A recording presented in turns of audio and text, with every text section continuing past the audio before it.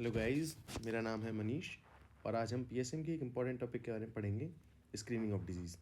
अब इस लेक्चर के अंदर हम जो टॉपिक्स कवर करने वाले हैं वो हैं first of all screening of disease, उसकी डेफिनेशन के बारे में पता करेंगे। सेकंड, लीड टाइम के बारे में। थर्ड जो टॉपिक अपन पढ़ेंगे वो है difference between screening and diagnosis. Fourth is example of screening test and last topic जो कवर करेंगे हम वो है प्रिंसिपल्स ऑफ स्क्रीनिंग। तो सबसे पहले अपन पढ़ेंगे स्क्रीनिंग ऑफ डिजीज़ के बारे में। तो what is screening of disease? तो बेसिक डेफिनेशन जो है स्क्रीनिंग ऑफ डिजीज़ की वो है कि it is the search of an unrecognised disease और defect in an apparently healthy individual. आसान भाषा में अगर इसको जाने हम तो हमारे पास एक इंडिविजुअल्स के एक ग्रुप है जिसको अपन पॉपुलेशन या फिर एक कम्युनिटी, नॉर्मल कम्युनिटी भी बोल सकते हैं। तो दिस इज़ अ पॉपुलेशन और community and all the individuals जो इसके हमें दिखाई दे रहे हैं, या फिर अपन जो एक एपिडेमियोलॉजिकल स्टडी करें तो हमें जितने भी इंडिविजुअल्स अगर इस जो कम्युनिटी के अंदर दिख रहे हैं they are apparently healthy individuals. But if they are apparently healthy it does not mean that all the individuals living in this population are properly healthy. Some of them may be suffering from a disease or a defect,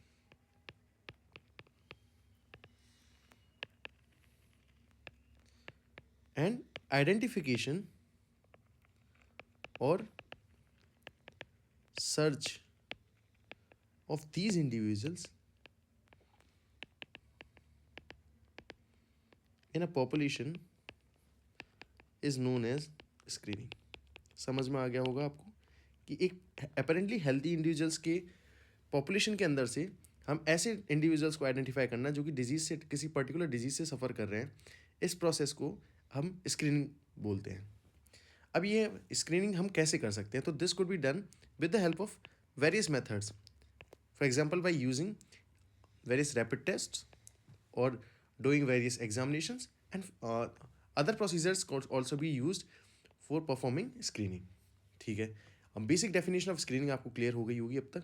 इसके बाद अपन एक important topic के बारे में पढ़ते हैं जो कि यूनिवर्सिटी के अंदर एक इंपॉर्टेंट 2 मार्कर, जनरली 2 मार्कर और 5 मार्कर क्वेश्चन बन के आता है, जो कि है लीड टाइम। लीड टाइम एक बहुत ईजी टॉपिक है। लीड टाइम हमें क्या बताता है? सपोज हम एक एग्जांपल लेते हैं, एक पर्टिकुलर बंदा है हमारे पास एक्स नाम का, एंड दिस पर्टिकुलर बंदा is has started suffering from a disease. तो हम मानते हैं कि इस पॉइंट पे इस बंदे के अंदर डिजीज़ का ऑनसेट होना स्टार्ट हुआ है। अब अगर जिस टाइम पे हमारे ऑनसेट होना स्टार्ट हुआ है उसके कुछ टाइम बाद उस बंदे के अंदर सिम्टम्स आना स्टार्ट हो जाएंगे, एंड सिम्टम्स आने के कुछ टाइम के बाद ही वो डिजीज़ डायग्नोज होगी विद वाई। और इसको डायग्नोज कौन करेगा? मतलब डॉक्टर या कोई फिजिशियन सिम्टम्स आने के कुछ टाइम के बाद उस डिज़ीज़ को डायग्नोज कर पाएगा, एंड उसके बाद वो बंदा उस डिजीज़ की थेरेपी लेगा, मतलब उसके अंदर मेडिकल इंटरवेंशन स्टार्ट हो जाएगा। ठीक है, तो सिम्टम्स आने के कुछ समय के बाद जो डायग्नोसिस होता है, अब अगर अपन ने क्या किया कि हमने एक लार्ज ग्रुप के अंदर स्क्रीनिंग प्रोग्राम स्टार्ट कर दिया, एक लार्ज ग्रुप के अंदर हमने स्क्रीनिंग प्रोग्राम स्टार्ट कर दिया, एंड सिम्टम्स आने से पहले ही उस डिज़ीज़ को हमने आइडेंटिफाई कर लिया जिस डिज़ीज़ से ये बंदा फ्यूचर में ग्रसित होने वाला था, या फिर ये डिज़ीज़ इस बंदे को फ्यूचर में होने वाली थी। तो जो टाइम हमें नॉर्मली डिज़ीज़ के डायग्नोसिस में लगता और जो जिस टाइम के पे स्क्रीनिंग की मदद से ये डिज़ीज़ हमने आइडेंटिफाई कर ली या डिटेक्ट कर ली, इस दोनों फेज़ के बीच में या दोनों पर्टिकुलर टाइम के बीच में जो हमें टाइम का एक एडवांटेज मिल जाती है, इस पर्टिकुलर टाइम को अपन बोलते हैं लीड टाइम। मैं एक बार और समझा देता हूँ आपको कि नॉर्मली डायग्नोसिस के अंदर without the help of any screening intervention जो हमें टाइम, जिस टाइम पे हमें डिजीज़ डायग्नोज होती और स्क्रीनिंग की मदद से जो जिस टाइम पे हमें डिजीज डायग्नोज हो गई है, इन दोनों पर्टिकुलर पीरियड के बीच में जो हमें एक टाइम का एडवांटेज हमें मिला है, इस पर्टिकुलर टाइम को अपन लीड टाइम बोलते थे। एक बार और इसकी डेफिनेशन क्या होगी वो पता कर लेते हैं। तो इट इज़ द टाइम और period between detection by earlier screening and routine diagnosis by other means is known as lead time. ठीक है, आपको लीड टाइम के बारे में अच्छा आइडिया लग गया होगा। इसके बाद हम इसकी इंपॉर्टेंस के बारे में पता करते हैं कि what is the importance of lead time. Importance क्या होती है लीड टाइम की? तो first of all the most important importance of lead time is it helps in the early detection of a disease, early detection of disease. तो अगर किसी disease की हमें अर्ली डिटेक्शन हो गई है तो इससे हमें क्या इंश्योर होगा, it hence ensures early initiation of treatment which should be given to the or which is given to the patient. Okay, and अगर हम अर्ली इनिशिएशन कर देते हैं ट्रीटमेंट का तो इससे हमें क्या होगा, इससे हमें improved survival and prognosis rate.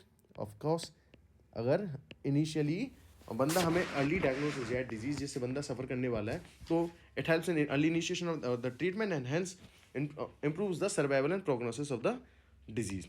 अच्छा, इसके बाद एक इंपॉर्टेंट टर्म आती है जिसको अपन बोलते हैं लीड टाइम बायस। लीड टाइम बायस कुछ नहीं होता।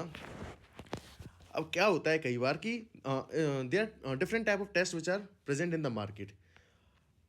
Suppose there is one test which helps in the diagnosis of the disease at the early stage and there is another test which help in the diagnosis of the disease at late stage before the appearance of symptoms. तो ये दोनों test हैं जो कि एक तो symptoms appear होने से बहुत पहले डिजीज को डायग्नोस कर देता है, और एक ऐसा है कि जो सिम्टम्स अपीयर होने से जस्ट पहले ही डिजीज को डायग्नोस करता है in the process of screening.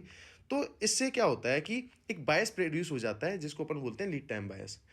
ठीक है, इसके बारे में आपको इतना ही नॉलेज ध्यान में रखना है। और इससे एक चीज़ और आप देख सकते हैं कि it leads to no effect on outcome of disease. Of course leads to no effect of the outcome disease. Of course कि एक समय के बाद आपको डिजीज तो होने वाली है ही, आउटकम तो आपका कोई चेंज हो नहीं रहा, बट इससे ये हो जाता है कि आपको टाइम गैप के बारे में पता चलता है कि एक टेस्ट से तो हमें अर्ली डिटेक्शन हो गया और एक टेस्ट से लेट डिटेक्शन होता है। तो but only results in early diagnosis of a disease. ये आपका लीड टाइम बायस के बारे में बताता है। इसके बाद आपके एक इंपॉर्टेंट टॉपिक आता है which is the difference between screening and diagnosis. Okay, this is an important topic and it is generally asked in university exams.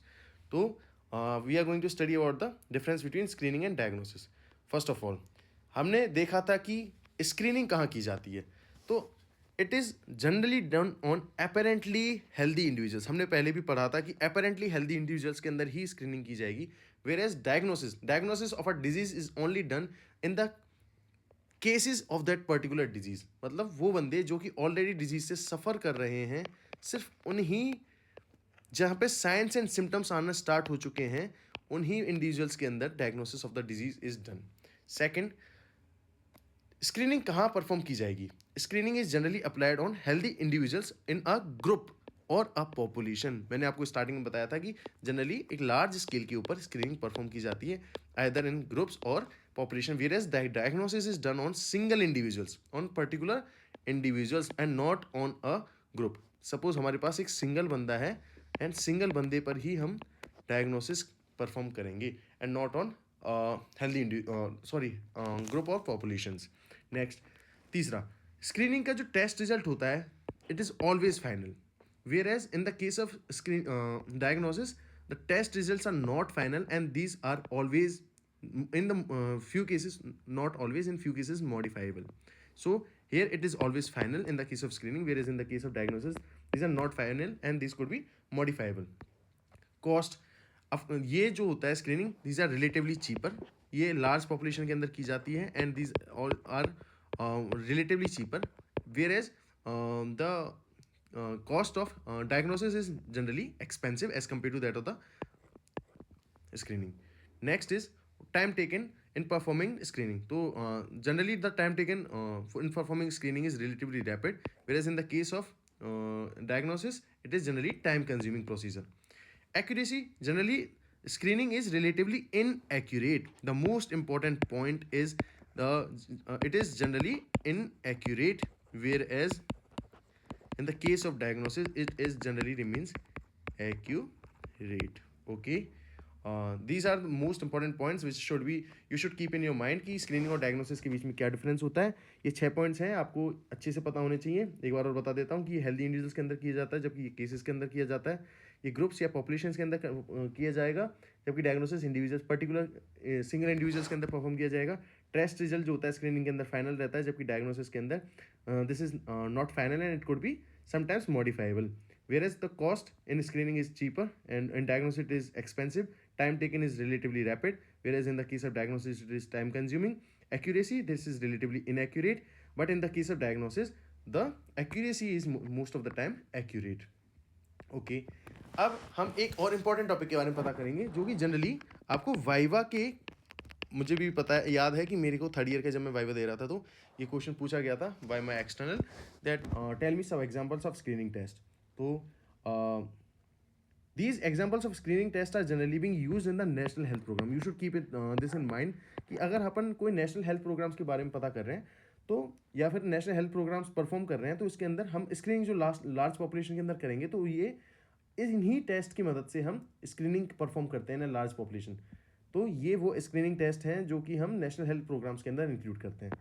So they are few examples of screening test which are perform to identify particular disease. For example pap smear test जो होता है वो cervical cancer के अंदर किया जाएगा.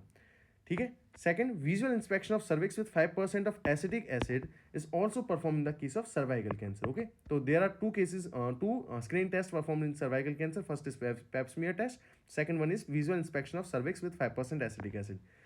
तीसरे की बात करें तो दो टेस्ट है अपने पास for breast cancer. These are first of all breast self examination. This is also one of the most important test.